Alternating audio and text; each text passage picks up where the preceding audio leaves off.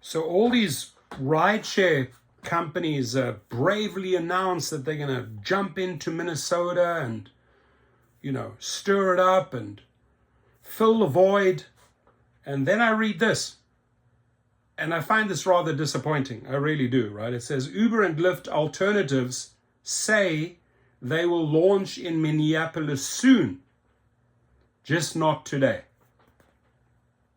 Like, how lukewarm is that? And I'm very direct, right? I'm very, very direct. I call these companies out. I sort of explained who I thought had a legit chance. I'd love to see them in there in the mix. I'd love to see them take over that space, including Fare, the co-op out of Canada that I've put in such an insane amount of work for the last 5 years, right? Even them, get in there, right? There's $150,000 grants to get ready. Go and do it.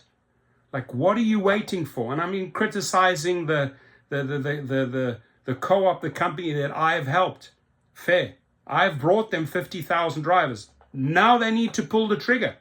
The president and their the founders, AJ, Danny, pull the trigger. What are you waiting for? You're fast asleep over there in Canada. You need to get in there, get the shit done. And the same goes for these companies here as well. So here's all these beautiful logos. I'll make this like the thumbnail. May 1 was supposed to be a big day in Minneapolis for emerging ride-hail companies, with at least 9 startups saying they would launch in Twin Cities and claim the market share surrendered by Uber and Lyft over minimum pay rates for drivers set by the Minneapolis City Council. But nearly 2 months after the City Council passed those rates, delaying enactment until May 1st and then July 1st, just 2 transportation network companies are operational in the city, Uber and Lyft, not the others. Many of these other companies only pulled the trigger in Austin, Texas once they were out. Get the $150,000 and launch, right? You have nothing to lose. If you're getting $150,000 from the state, take it, get going. I say that to all of these companies.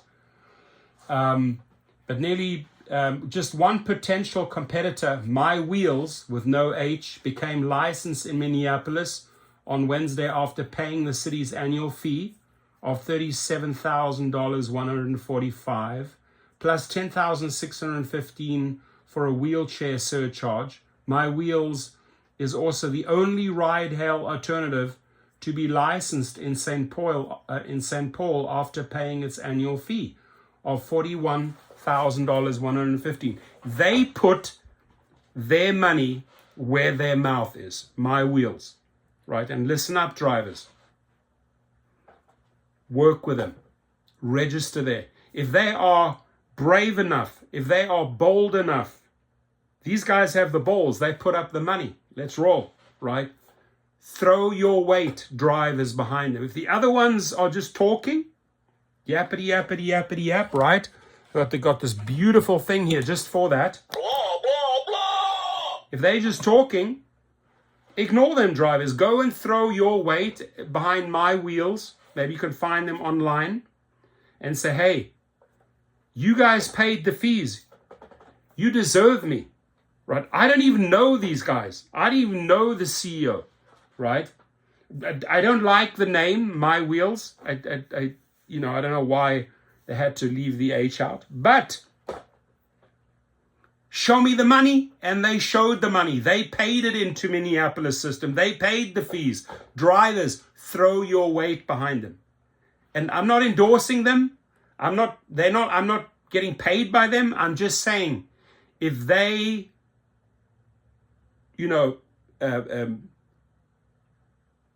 if they are willing to walk the walk, right, and put their money where their mouth is, support them. Reach out and support them. The others, waiting.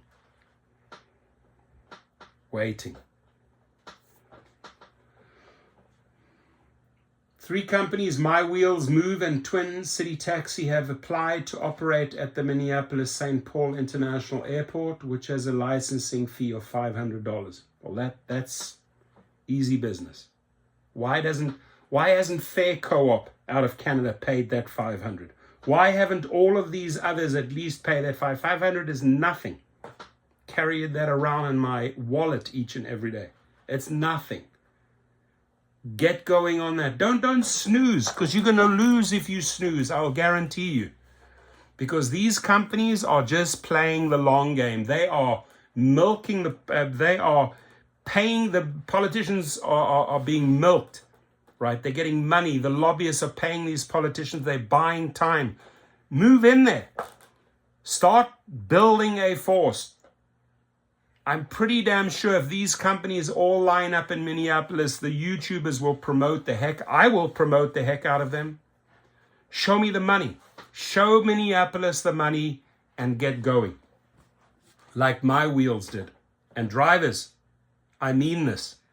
Find these guys online and say, hey, you know what? It's awesome you paid these fees. How can I help you? How can I support you? You are real. You put the money down. My Wheels founder Elam Baer predicted that few companies promising to come to Twin Cities would get to the starting line, let alone put up a good race. There he is. He put his money down. Elam Baer. Go and support him. Baer, the CEO of Minnesota-based private equity firm, said what set him apart from the others was his access to capital, not some new proprietary technology or the allegiance of hundreds of drivers. I wish it was something more glamorous, but the fact is that what makes us unique, Baer said in an interview with The Reformer. Viable competitors entering the market could be a boon for drivers and riders by putting more pressure on Uber and Lyft. Put the pressure on Uber and Lyft. Kick them out.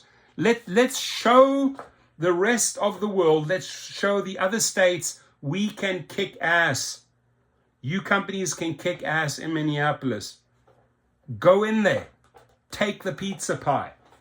Uber and Lyft say they will remain operational unless the Minneapolis rates take effect, which seems less likely after a second delay and pressure from state lawmakers to find a compromise. That will make scaling up harder for new companies, although they could still benefit from the significant public attention on the issue. Finding investors is the main test for Uber and Lyft alternatives. In addition to operating licenses for Minneapolis, St. Paul, and the airport, transportation network companies need to carry commercial insurance for their drivers with premiums running around $150,000 per year. Joyride CEO David Linhart said he dropped out of the race to enter the Twin Cities because of the excessive licensing fees and lack of clarity on insurance costs and coverage requirements. We've encouraged the city to lower the barriers to entry if they want more competition in the space. So far, we haven't seen evidence that this has happened. He's getting cold feet. He doesn't have the money. Move founder Murid Amini said they are ready to go, but just need to pay the fees. So you're making all this announcement, Move, Murid Amini, but you don't have the money, right? You're hoping you get somebody to back you, and you said you're going to enter the race, but you don't have the money. Hitch, without the T, CEO Mustafa Sheikh said he submitted an application to the city this week and is still working on applications for St. Paul and the airport. He said they have a tentative launch date of June the 1st.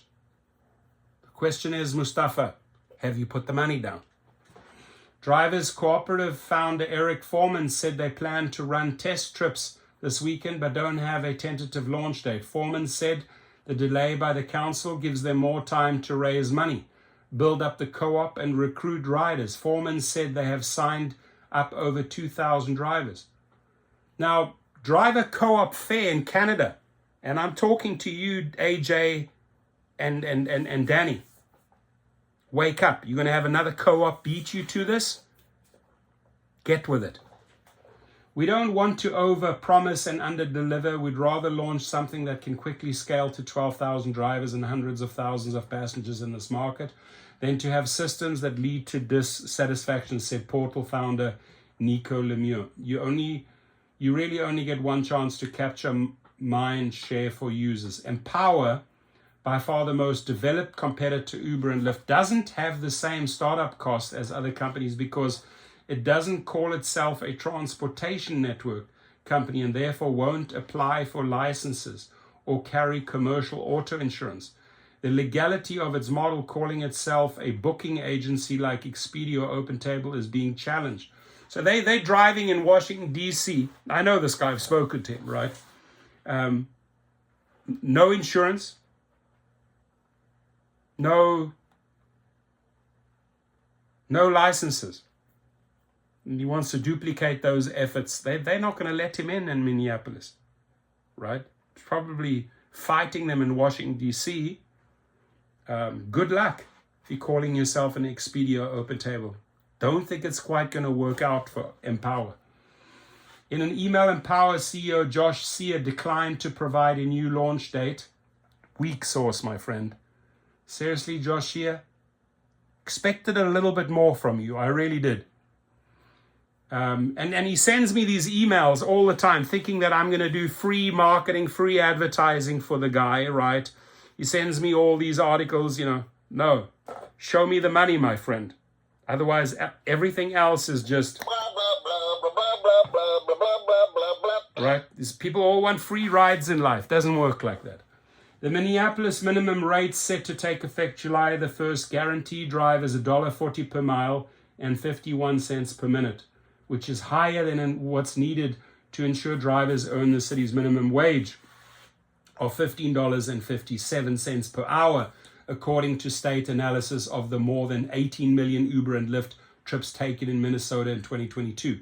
That report estimates the typical Twin Cities driver would have to be paid at least 89 cents per mile to pay for vehicle costs and their share of payroll taxes, plus 49 cents per minute to earn the Minneapolis minimum wage. The researchers also calculated a higher per mile rate of $1.21, which would compensate drivers for benefits including health insurance, paid sick leave, paid family medical leave, and retirement savings. At a Minneapolis City Council committee hearing on Tuesday, the city's research team presented new estimates of Uber and Lyft drivers' expenses that could either justify the state proposal or the city ordinance C.